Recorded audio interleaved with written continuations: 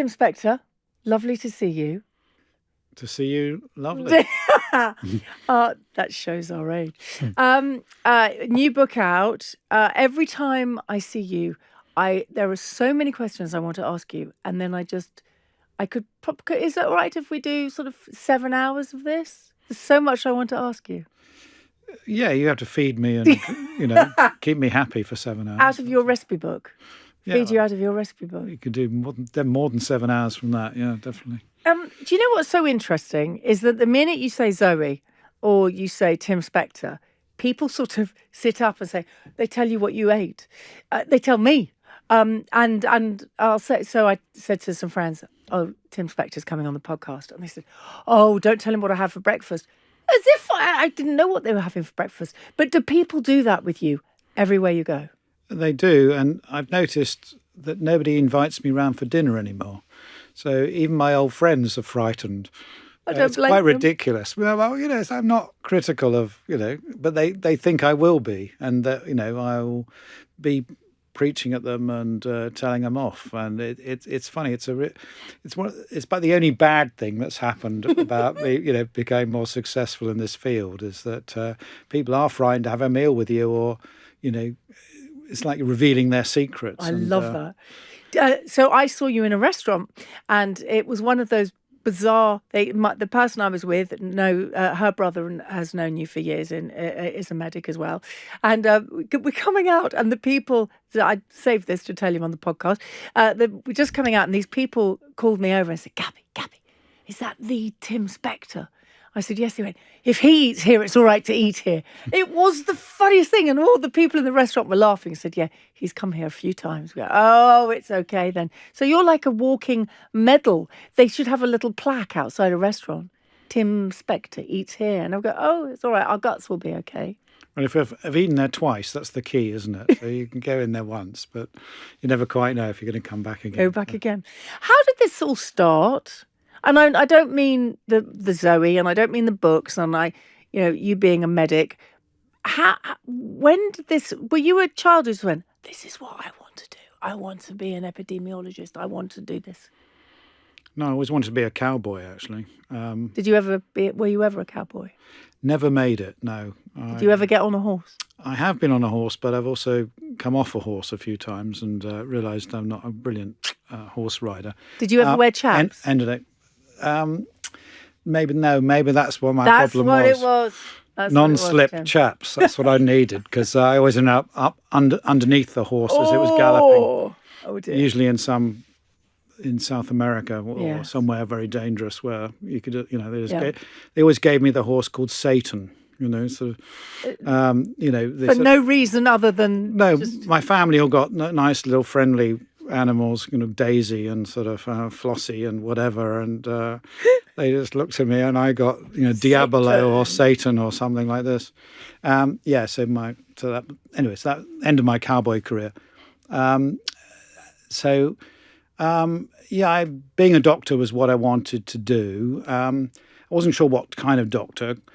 I didn't want to do anything really boring and traditional, and I didn't try to not be like my father, who was I thought a rather boring doctor because he only saw dead bodies because he was a pathologist. Pathologist, yeah.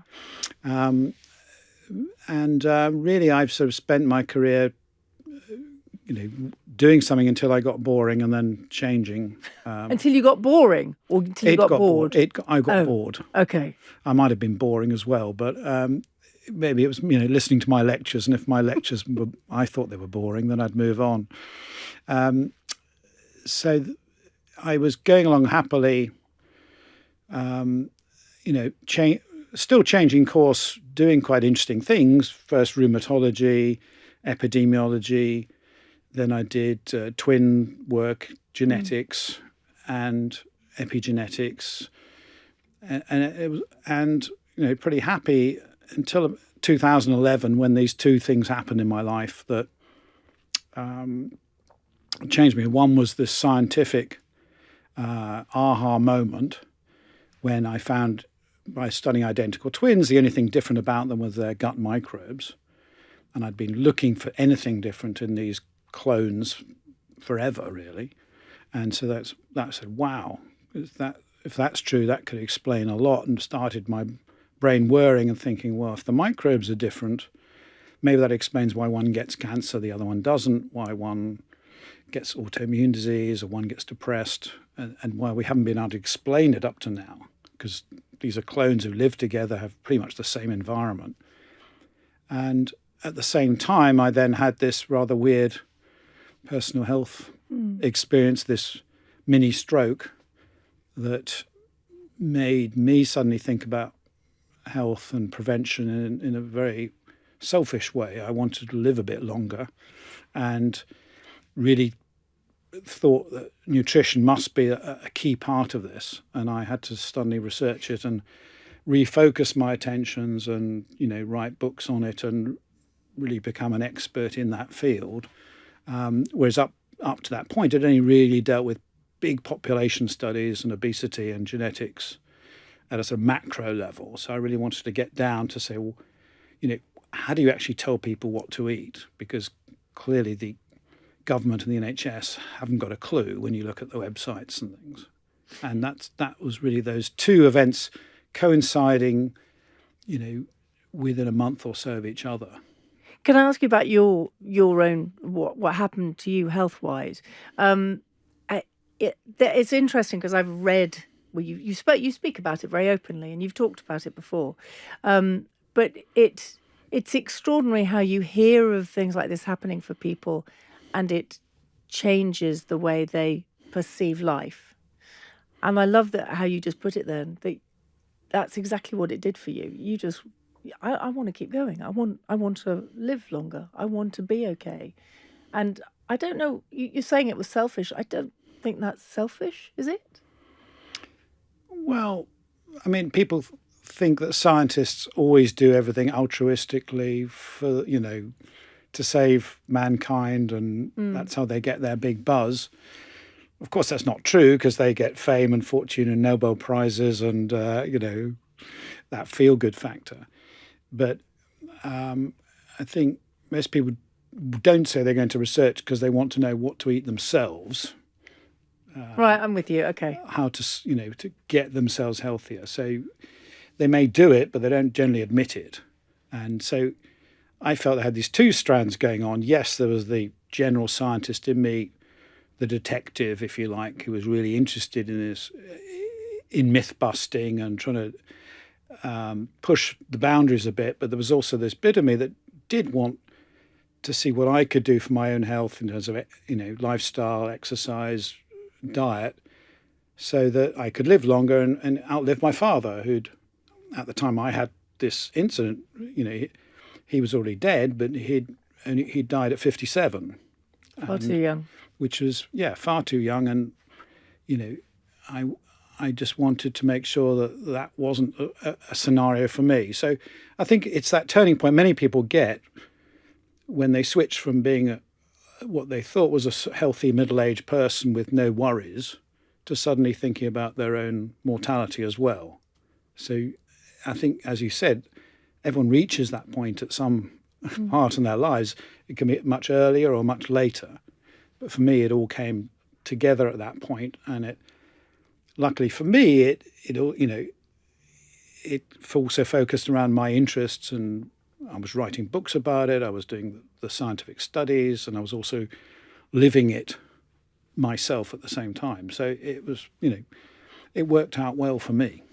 Can we live longer?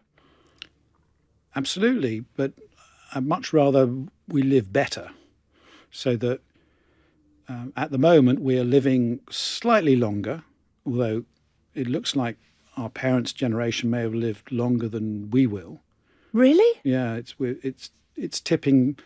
All the predictions from the insurance companies are that we're dying. We're predicted to die a bit earlier than our parents' generation, which is a bit worrying. That's the first time that's happened, really, in the last 100 years. So is this because of pesticides, climate change, ultra processed food, all of that? Is that all layers and layers and layers of that? Probably, yeah. I mean, it's a whole mixture of different things interacting.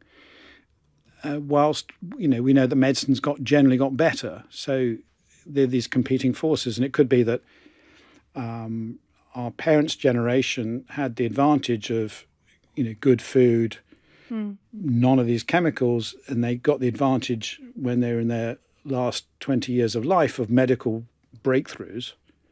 And we've got the medical breakthroughs, but we've got the bad environment that's pushing us the other way. So that's what we currently believe. So I'm not someone who wants to live to be 200, but I really would love to be pretty much disease-free until 85 or so, and then you can, fall I'd off like the perch. 99. I've always wanted to live to 99 and still be working, if that's all right, if you could sort that out. Yeah, well, okay, well, you can. I'm happy with 85. You can have 99. I'll have 99. Okay, thank you very much.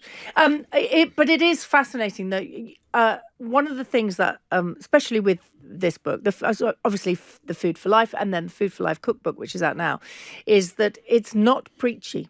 And it doesn't make me feel guilty or somebody feel guilty. And you and I've spoken many times, and I'm passionate about nutrition because my dad had bowel cancer 29 years ago. And I just thought, right, I want to know everything. Mum had lung cancer at the same time. I needed to know what we were putting into our bodies, what we were doing, everything on so many layers.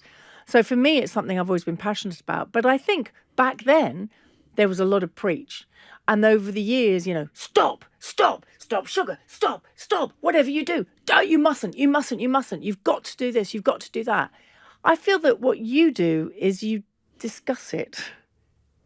You and the late, wonderful Michael Mosley as well, who I know you knew, and I was very lucky to know, that it's not about this is the only way and this is how we're all going to survive. Now shut up and get on with it.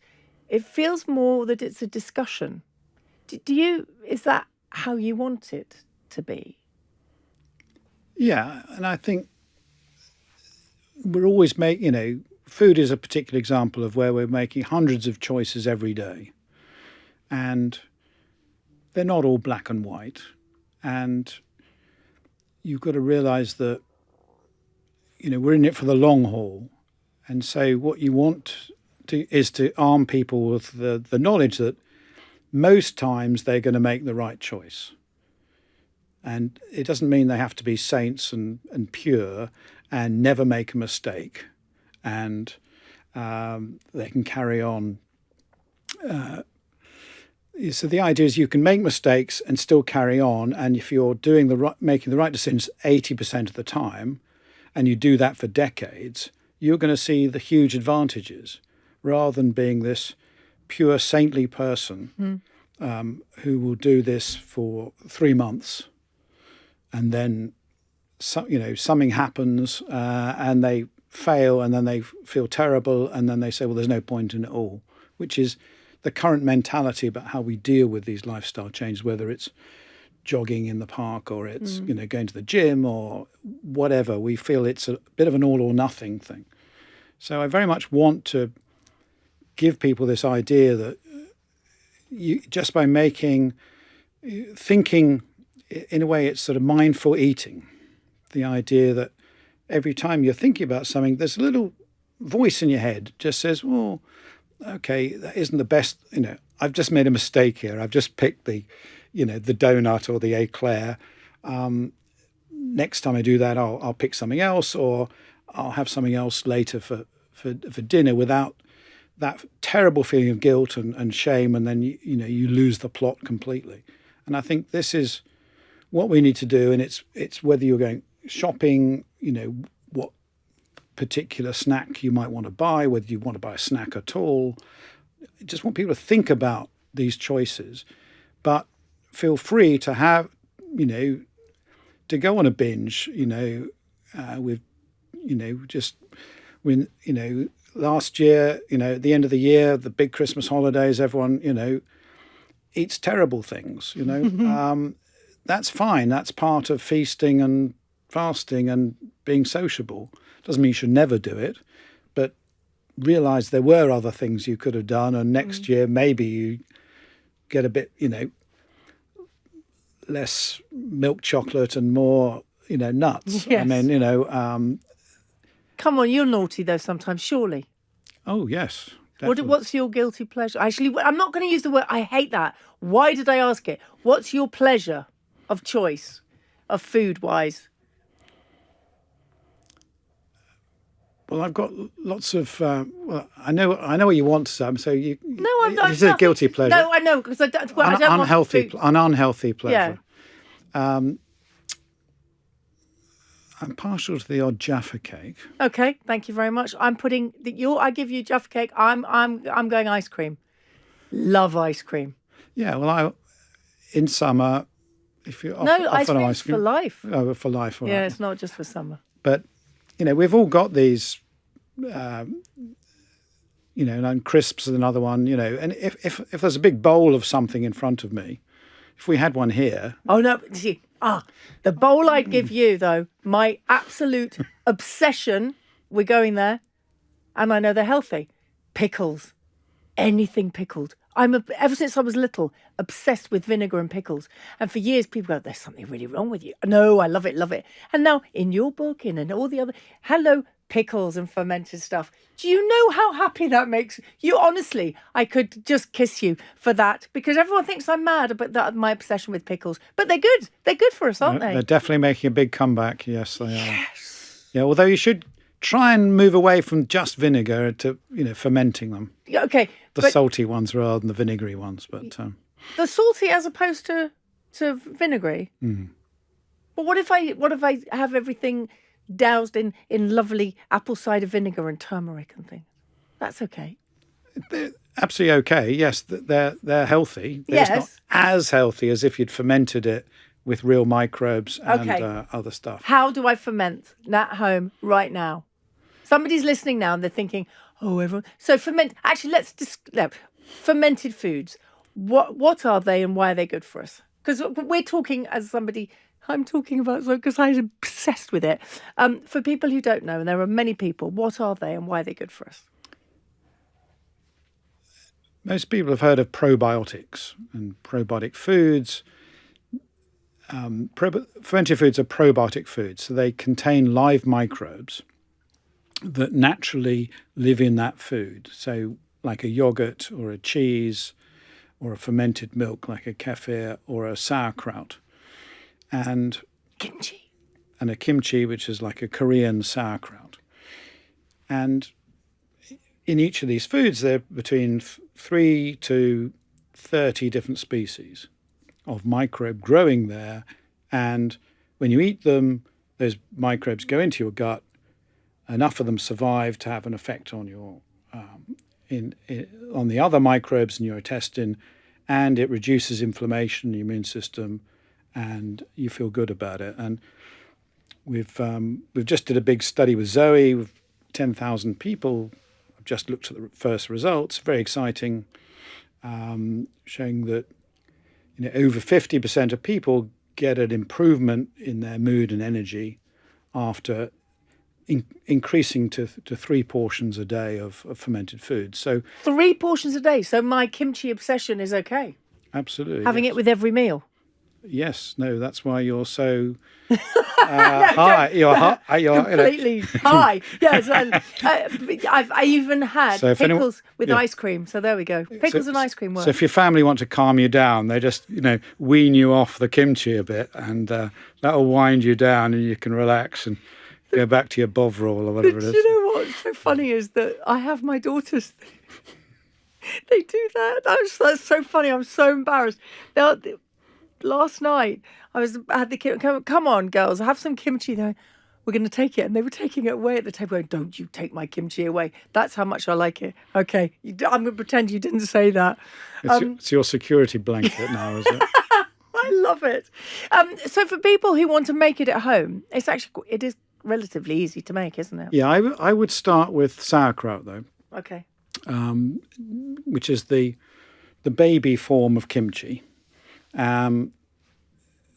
Baby kimchi. They're both made from cabbage, and so there's different types of cabbage. So you get any old cabbage you've got. Would red cabbage be really good because it's colourful and part of the rainbow and everything, isn't it?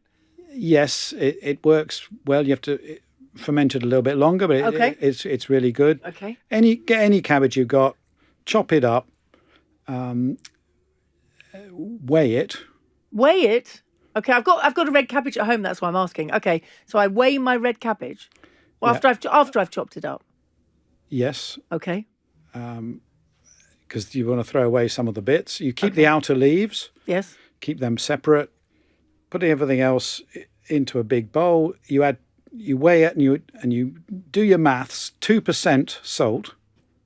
Oh wow. Okay, 2% salt. On sea salt, good quality salt. Yeah. And you massage that in. Massage it. I've got to massage my cabbage You have to massage your cabbage. with it 2% salt. It's good fun, actually. Okay. Massaging cabbage. Don't knock it till you've tried it. Okay. All right. I'm there. I'm massaging my red cabbage You're with a cabbage the salt. masseuse. Okay, doing it. Yeah, I'm all there. right? Yeah. And then it will start to give off lots of fluid. So basically, the salt breaks down the cells, and all the natural water and sugars come out of the cabbage. So we'd have to do in a bowl. We're doing it in a bowl. Yeah. Right. We keep the fluid. Do we keep the fluid? Yes, you Yes. keep everything. Okay. And then you put it into a jar. And I use a Kilner jar, which is one of those ones with a lid and a clip. But you could just use any old big jar, Okay. like a 1 litre jar, and you stuff it in, okay, as hard as you can. I'm stuffing it in. Okay. With your fists. So Fist, there's yes. no air. Massage. There's no air there. Okay. Right? No air. You push it down, Okay. keep pushing it down, and then at the top you've got a little layer of water, so it should be submerged under the water. Okay. You put your cabbage leaves. So you add a bit of water. You shouldn't have to, Okay. This is the natural water that's there. Okay. but you may have to add a bit of salty water if you need to. Okay. But generally you've got enough, and then you close the lid. You should have an inch or two at the top. You wrap up those leaves you left from the outside Yes. of the cabbage. Close the lid. What do we do with those leaves? We put them in the top. Yes, they're like a stopper, a weight to keep the rest of the cabbage under the water, the good stuff. Okay. We don't have to massage the big ones. No, No. No. they're just boring ones that you're just using temporarily. Yeah, but you're going to eat them afterwards. You don't want to waste. Yeah, but you might want to. You when you see them afterwards, you may not want to eat. Oh, these ones. okay. They serve their purpose, right? So everything has a use in life, and then you basically keep it there for about 5 to 10 days. Yeah. And you start to see bubbles coming, and it's fermenting, and then you eat it. So it doesn't get much easier than that. That is easy. Now you can add, if you want to be fancy, you can add caraway seeds, you can add fennel seeds. And that's part of our plants, isn't it? Because herbs and spices, because you talk about 30 plants a week, but that doesn't just mean the plants. It means the herbs and the spices as well, doesn't it? A plant is a herb. It's a fruit, a vegetable, a spice, which is just the root, is the concentrated plant, the root. Then you've got the herbs, which are often the leafy bits, but again highly concentrated, so that's where all the flavours are. Then you also, don't forget, you've got mushrooms, and you've got nuts, and you've got seeds. All of these things together, even when they're different colours of the same species, count as a different plant. And that's where it's so easy to get these 30 plants a week in your diet if you just think more outside the box. So a different colour of the same thing is a different plant. Yes, as far as your microbes are concerned, which is, we're talking about that? eating for your microbes. So Yeah. it matters much more to them, these subtle differences, because they're really fussy. There might be a microbe that only eats your purple carrots, for example, and not your orange ones. They are fussy, aren't they? We've found one that only eats coffee, right? That's all it does. It's waiting there in your gut for you to have a cup of coffee. And we just discovered this guy. It's called Lawsonobacter. And that just gives you a little glimpse. It's a great name.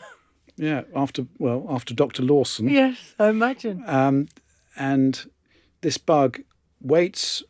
It's in hibernation until you actually have some coffee in you, and then it comes to life, and it suddenly reproduces, has lots of sex and babies, and goes crazy eating coffee, and then produces chemicals that probably allow that coffee to be good for your heart.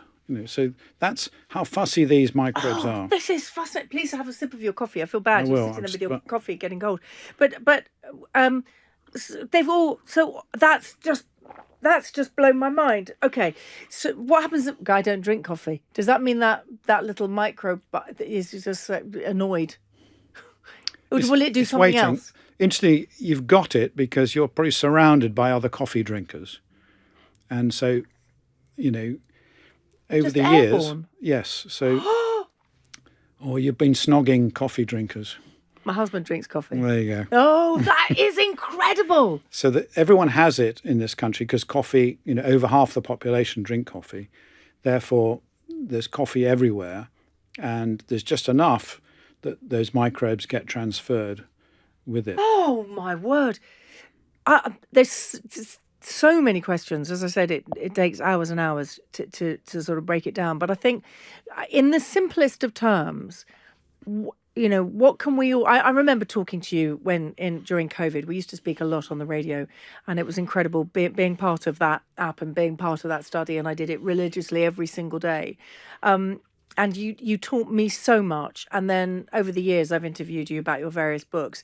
But what is and I know everybody asks you this, but for somebody who is sitting there at home, and I hope that we don't make somebody feel fearful or guilty because there's so much surrounding food. We know there's a lot of issues surrounding food. What would be the one thing that everybody can just simply, apart from making lovely sauerkraut, but what's the one thing that everybody could do just now? They could, if you said, it's that simple. If you did this, you're stepping towards feeling better. Well, I don't want to move towards the idea that there is a miracle cure. No, I don't mean cure. I just mean just feeling a bit better. There's so many people out there on social media say, you just need to do this one hack. Yes, no, and I agree. So, yeah.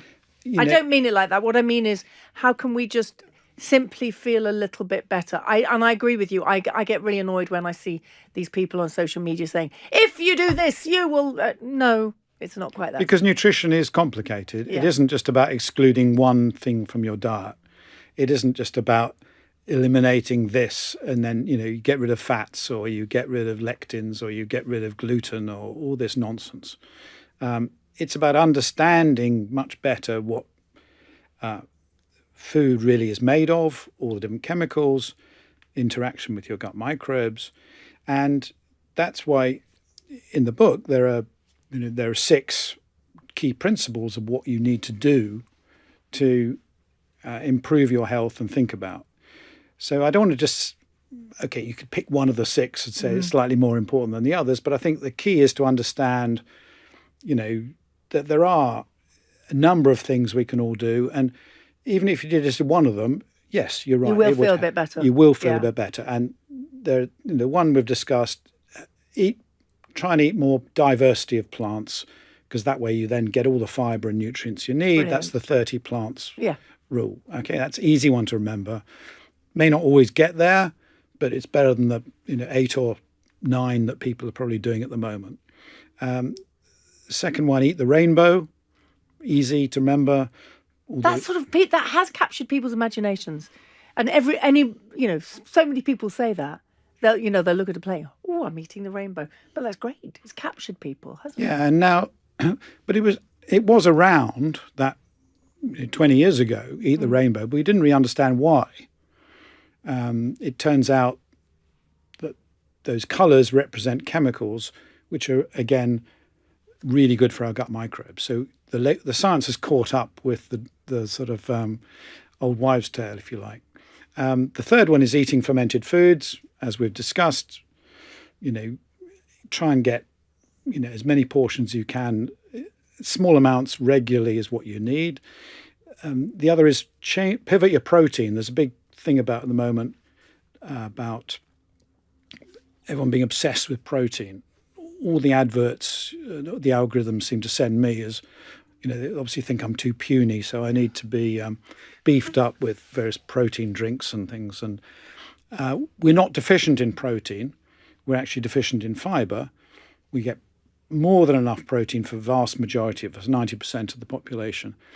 But have less meat, because that allows you to get more plants on your plate, and switch as a protein source to beans and legumes and all that family. Call that the protein pivot. Give your gut a rest overnight. Don't late night snack. Improve your gut lining by having 12 to 14 hours overnight when you're not eating. Is that intermittent fasting, as people call it? It's more time restricted eating, which is a type of intermittent fasting, but it's less restrictive, and it doesn't mean you're reducing calories. You're just reducing the time window in which you're eating. So is that just purely to give your gut a break? To say yes, yeah. And it allows it time to repair, and it allows your microbes to sleep normally. We all need a good night's sleep, and so they do as well.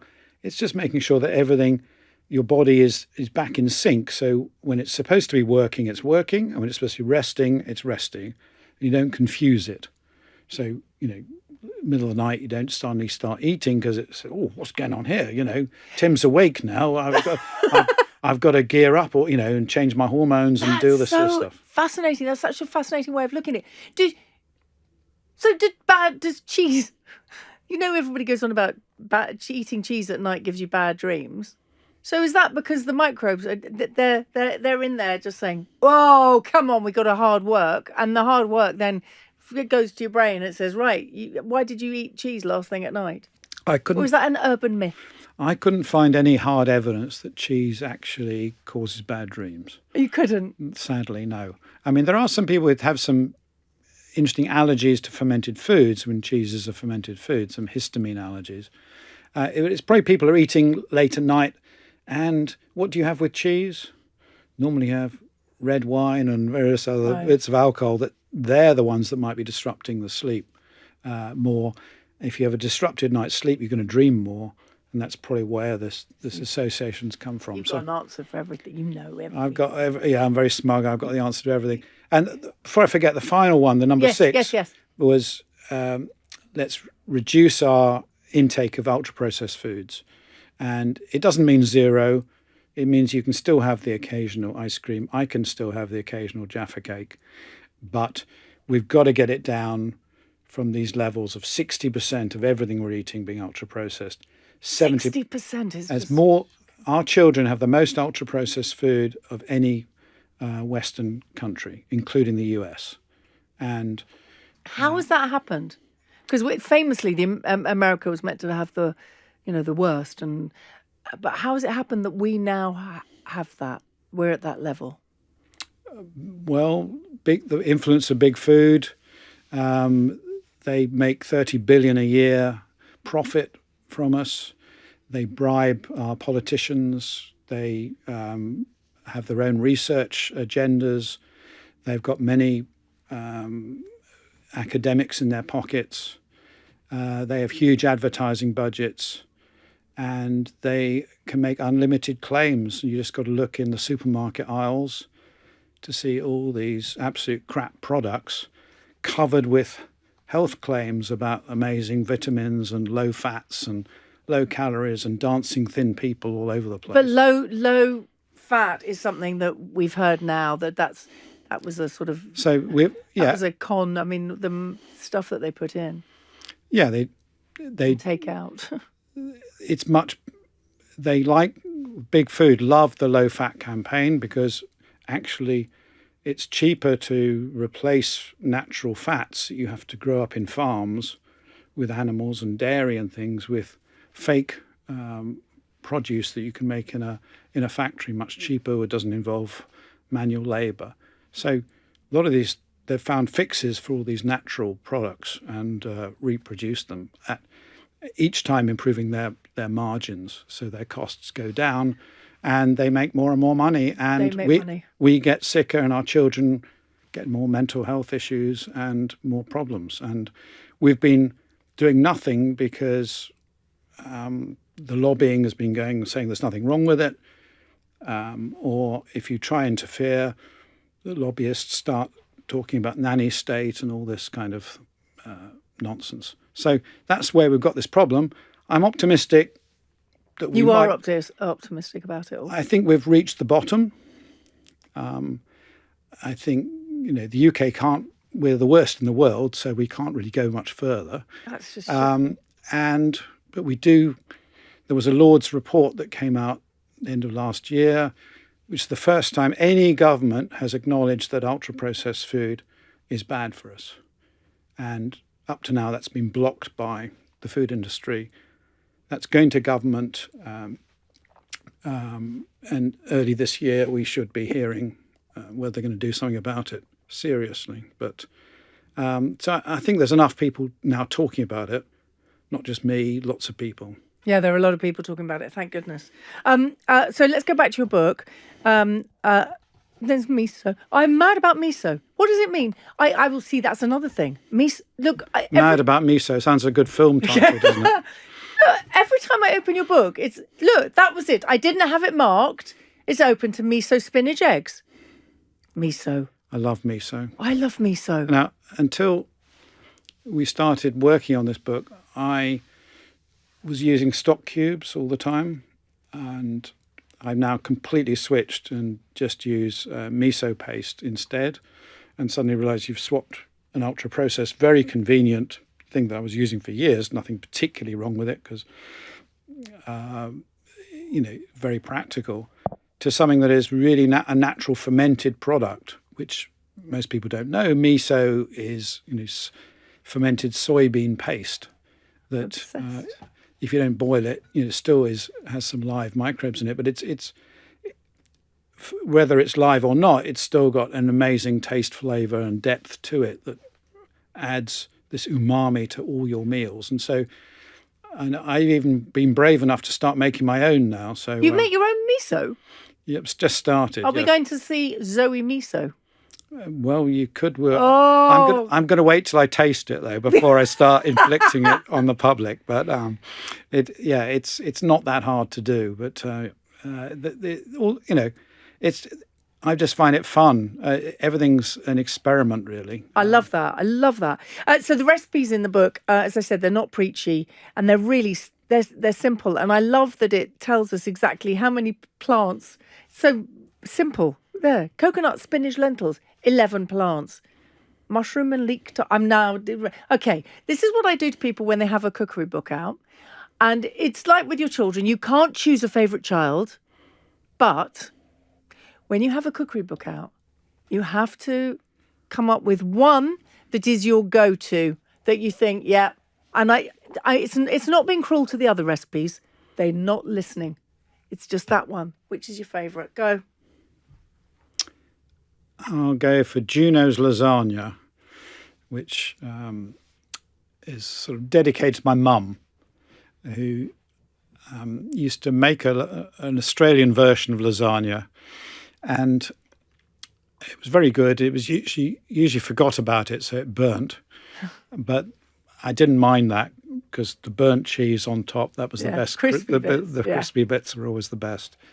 And we've basically taken the traditional recipe and Zoified it, and used whole wheat pasta, and instead of the bechamel layer, we've done a mixture of butter beans mixed with a bit of soy. Really, it's a delight, that texture, and knowing that it's incredibly healthy as well.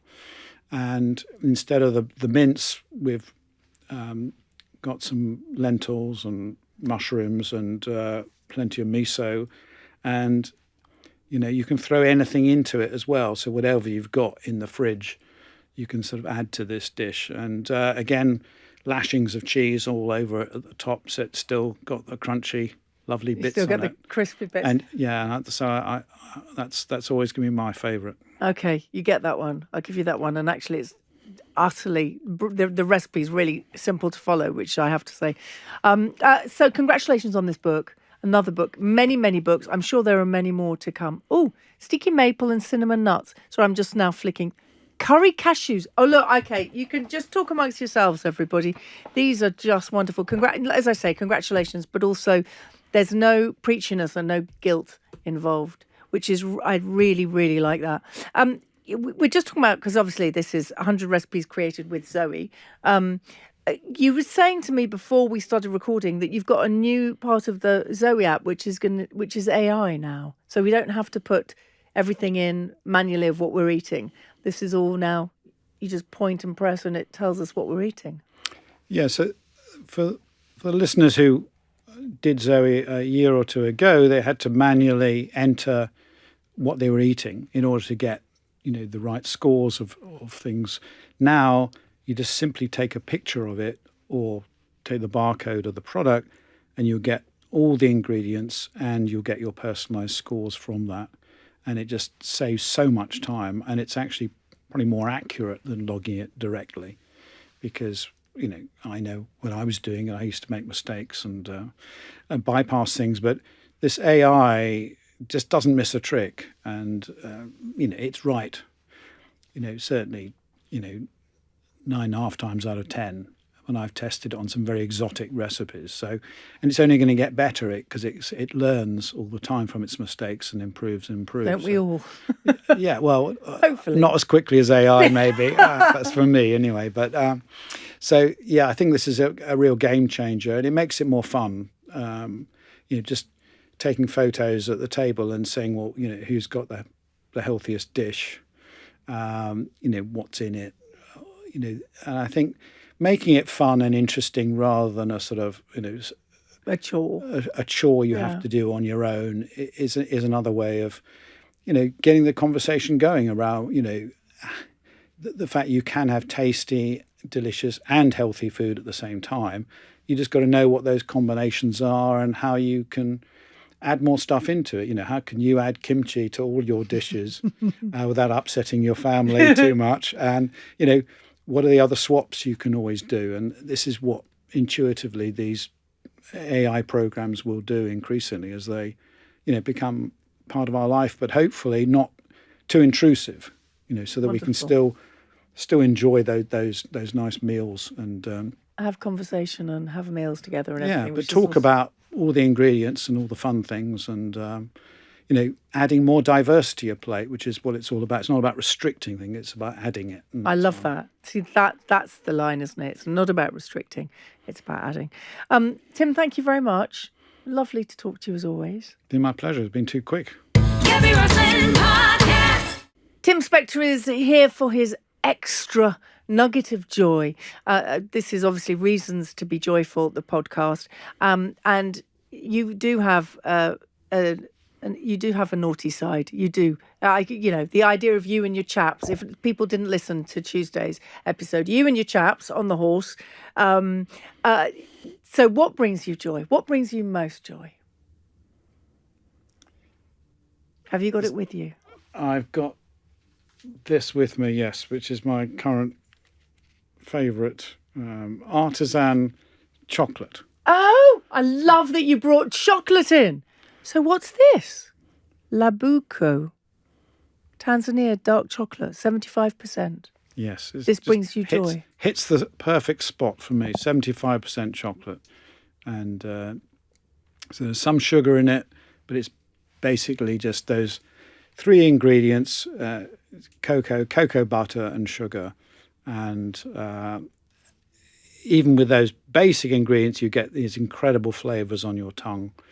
And, all these different fruits and everything. So that's my little treat after my dinner. Just, crack a few of those and savour it and enjoy it. That's my... And it's plants, isn't it? I'm just eating plants. I'm just getting one of my 30 a week, exactly. And I don't feel too much I'm cheating, although, who knows. But, so that's really nice. So something that should be naughty is actually very nice.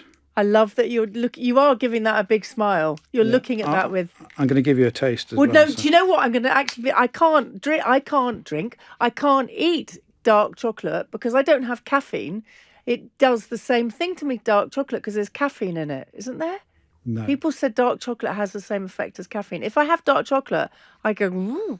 It makes me feel very strange. Well, I'm sure you can counteract that with your kimchi. I'm not going to have it. You can have it. I want to see what effect it has on you. My husband loves it. My husband has too much chocolate, and I keep trying to make him go darker and darker chocolate. The idea of dark chocolate is you have very tiny amounts of it. Oh, is that the idea? And then, go on, have your dark chocolate. Well, you could have... No, I'm not. I really won't. That way it will not make you go crazy. No. But also, medically shall I proven. tell you? Okay, I know you're a medic. Shall I tell you something really honestly? I am, because I'm so obsessed. You're eating it now. I am so obsessed with pickles. I like the savoury. Chocolate, I think, is the devil's food. Chocolate and rice pudding. Those two things should never have been invented. I'm not going to... Look, I'll smell it. I'll smell it. Just put it on your tongue. No, you don't have to swallow it. It smells of chocolate. No, I can't believe you're making me eat chocolate. You just make it melt on your tongue. You don't swallow it. Oh, yeah. What, just leave it on my tongue? 1 minute. 1 minute? I walk here with 1 minute. Because it's cocoa fat that only melts when it gets to about 37 degrees, which is your body temperature. And then you start to get the flavours coming out. It tastes of chocolate. Maybe there's more, but there's more than that. If you just had your standard Cadbury's, Yeah. all you're getting is that sugar buzz, really.